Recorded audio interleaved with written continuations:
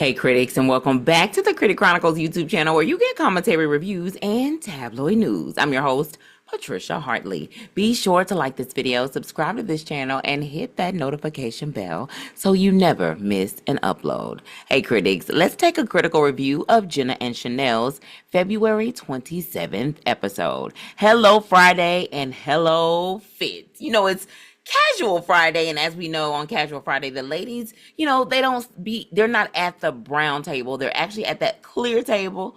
So no walking in like Davey showed us that they did yesterday, which the girls hated the fact that he even mocked them. But who likes it? Who likes to be mocked, right? Because whenever somebody mocks us, it's hardly ever the way we would actually do it.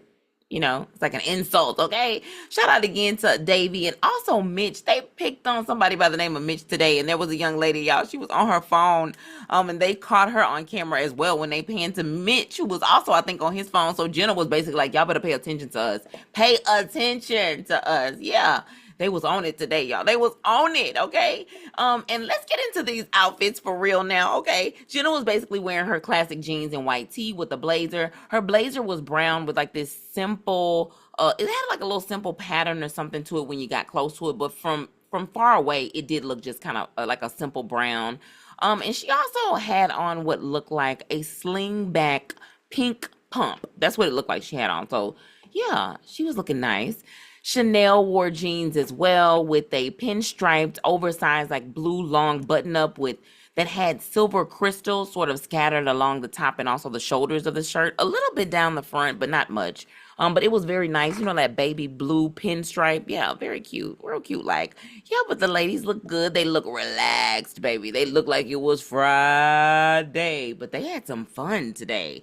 They started off talking about the fact that, we're at the end of February, and, Sheinelle basically said that she couldn't believe that today is the last day in February. And can I be honest with y'all? I really thought Sheinelle was actually going to say that she didn't realize, that she can't believe it was the last day in Black History Month, but technically tomorrow is the last day of Black History Month, and that's fine because I got Whitney and Bobby to just remind all of us about Black History Month. Excuse me? Black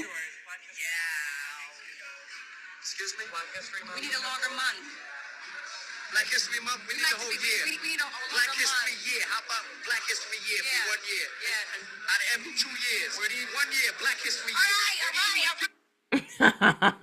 So yeah, I just had to throw that little clip in there just to remind us all, you know what I'm saying? But I also wanted to say, this is the final February show that I am actually going to be doing during the Blogma series. Y'all, I cannot believe I uploaded every day since January the 26th. However, I wanted to finish the month of February off strong. Therefore, the one episode I did not review, I'll make sure to get that done by the end of tomorrow. With that being said, Sheinelle confessed that while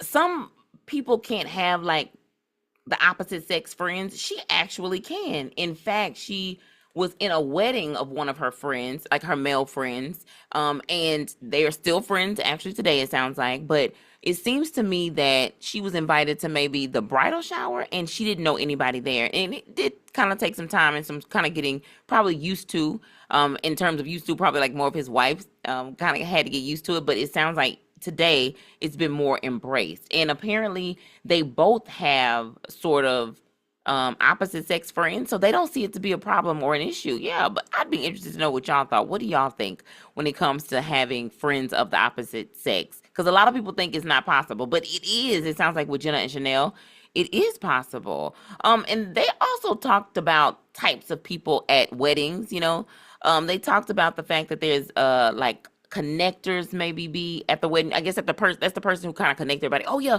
let me invite you. Oh no, get to know her. Oh no, Aunt Cat, come over here. I just keep using my Aunt Cat there, okay? Also there's the DJ, the person that wants to, run the music, run the show. Shout out to the DJs, all right? And also there's like dance floor hostages, people that just kind of take over the dance floor. They dance all the time, which apparently Sheinelle she said she would call herself more of like the dance floor hostage.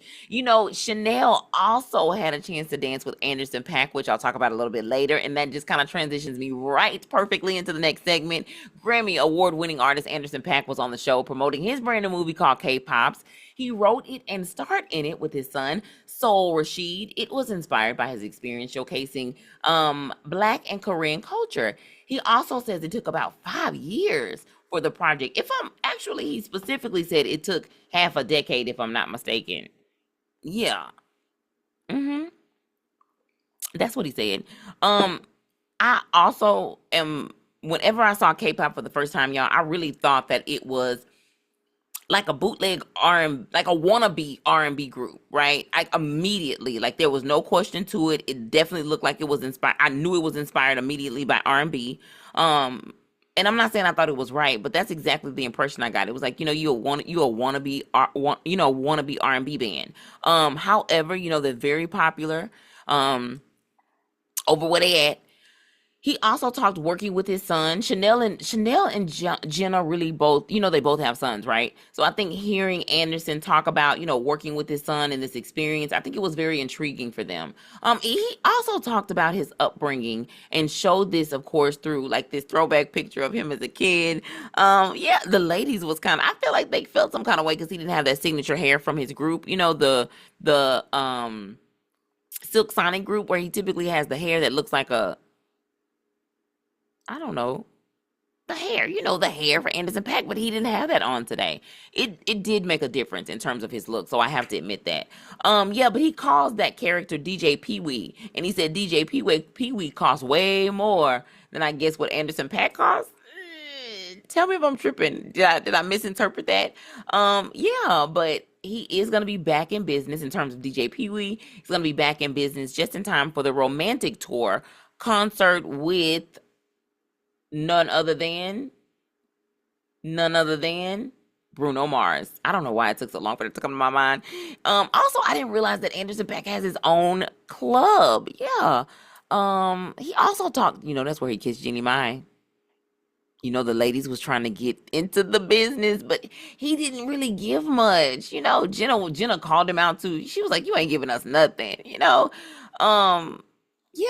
that he was just telling her something. Lean over, I'm just gonna tell you something real quick. Like, girl, do not listen to them sweet nothings. Not from no Anderson .Paak. He looks smooth with it too. He did mention family too. So let me just play a little clip so you can hear it in his own words. Now listen, we've done a little investigative research. Our own. Tell them, Jenna. We've been looking up on the internet. Yeah. We've seen you canoodling a little with the girl we love around here. Yeah. Wow. She was just here. Yeah, she was. Wow. I'm trying to figure out who y'all talking about. Wait, I think he's for real. He actually really doesn't know. No, his eyes. He doesn't know. He knows. Oh, wow. You talking about Jeannie? Yeah. Oh, yeah. I was simply telling her the plot of the movie. Were you whispering? We're going over the plot. Yeah, in her ear? I was in my club, Andy's. If you get a chance to go to WeHo, I have my own club. Yeah. Wow. And have live music in there. There's a lot of so you were like, let me tell you about my new movie. Simply going over the plot. Sounds good. And she has a family, so I feel like it's good. Absolutely. Family movie, you can bring everyone. Yes, so you can. It gets loud in there with the live music and everything. So you got to get close. Yeah. We're kidding you. But you're not telling us anything. But I will say. So you hear that he's basically not telling us anything, but I know that y'all saw the clip online of what looked like him and his club kissing Jeannie Mai. So that's kind of been, a little bit of the talk of the town, but who knows? He didn't give up anything on the Jenna and Sheinelle show, but time will tell. They also played a game called Battle of the Boogie, where they basically danced to Anderson .Paak's, Come Down song. Dun, dun, dun, dun, dun, dun, dun, dun, dun, dun, dun, dun, dun. I don't know the lyrics, but yeah, like that's the rhythm of it, all of the things, I love that song though, by the way. I just don't know the words, okay? But one of the highlights in the end of that video, y'all remember, is where he puts up that picture from Good Time. Dun, dun, dun, dun, dun, dun. He puts that picture up, and then there's a quote that comes in there, and it says, "An artist paints his own reality." And it's a quote from Ernie Barnes, who also painted the painting. So yeah, he was also a football star as well. So yeah, shout out to Ernie, rest in peace. Some of the dances that they did in order to compete in the Battle of the Boogie, which was of course Anderson .Paak and Sheinelle, they did the Dougie, they did the Running Man, the Vogue For some reason, Anderson .Paak did not know how to do the single ladies. He did not. He was looking at Sheinelle, so that kind of took away some points from him. They did the Humpty dance, to the dance, to the hump, do me, baby. I do the Humpty Hump. I do the Humpty Hump. Yep. Okay, so had a good little flashback right there.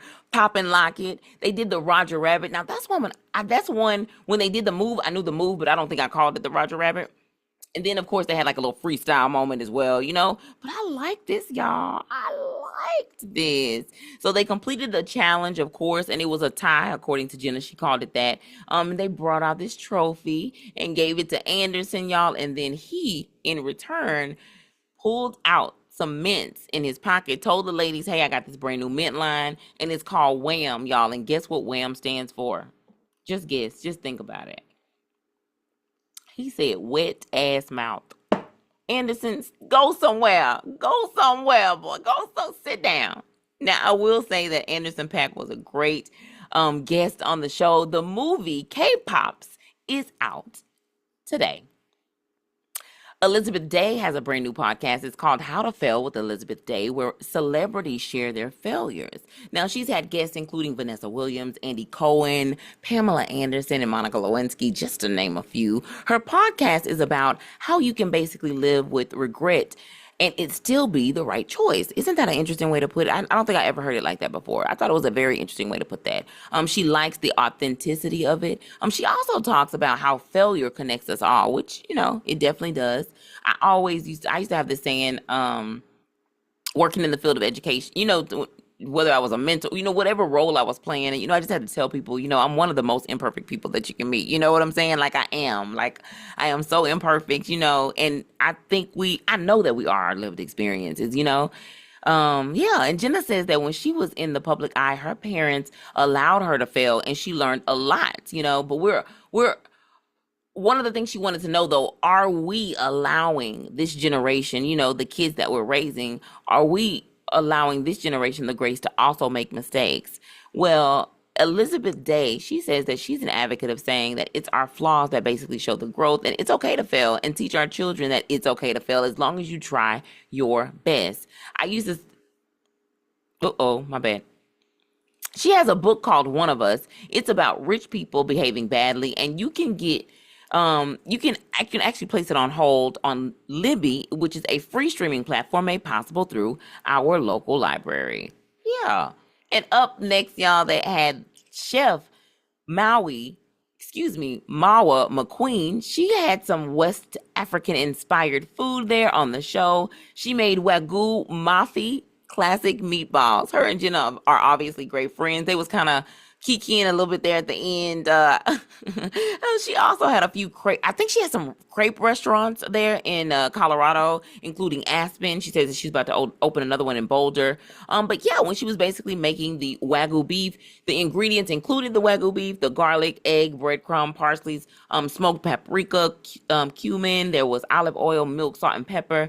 But she basically says you can use any recipe, but hers is the best. I thought that was hilarious. Such a cute little touch to it. You basically mix, of course, all of the ingredients together. You divide them into, of course, you know, the little circular meatballs. You, of course, fry them. And then next, of course, is the sauce. She used like peanut butter, beef stock, and red peppers. And she guarantees that it actually does not even taste like peanut butter. So yeah, it looked good. It almost looked like a light brown, like a brownish sauce, you know, from where I'm sitting to the TV screen, you know. And we thought that Sheinelle was going to have to put them in timeout. They was just so like reminiscing on like all of the things like vacation. They was on some sort of a jet ski. Somebody got hurt, but they didn't, you know, when girls kiki, when they reminiscing on stuff. So yeah, shout out to them. Yeah. And of course the ladies talked beauty products that won't break the bank. And Ami Desi was there with all the tips, including, you know, that peel off lip liner that stays on all day. It has like a beautiful like a wash of color that it leaves sort of at the end, but basically it's black. It looks like masking tape, like black masking tape to me is what it looks like. But you basically put it on, you leave it on, they say for 60 seconds, then you peel it off, and then you have basically ta-da, your lip liner all day. In fact, I think Ami had it on, and she said she just had put like a little lip gloss on it, you know, but it looked really nice on her. She had a full lip. Come on now. Also, they talked setting powder.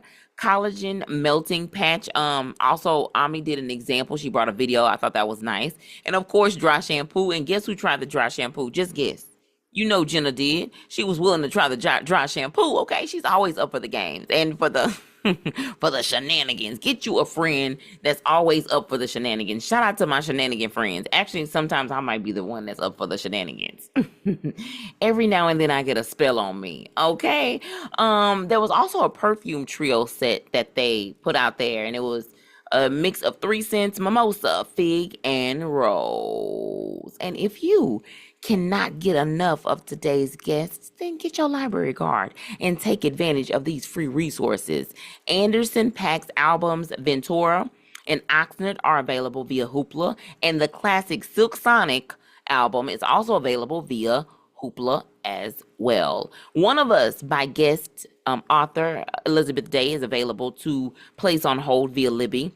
And a friendly reminder that Sheinelle has a book called Through Mom's Eyes, and it is set to release on April the 14th. I have already placed it on hold via Libby, a free streaming platform made possible through our local library.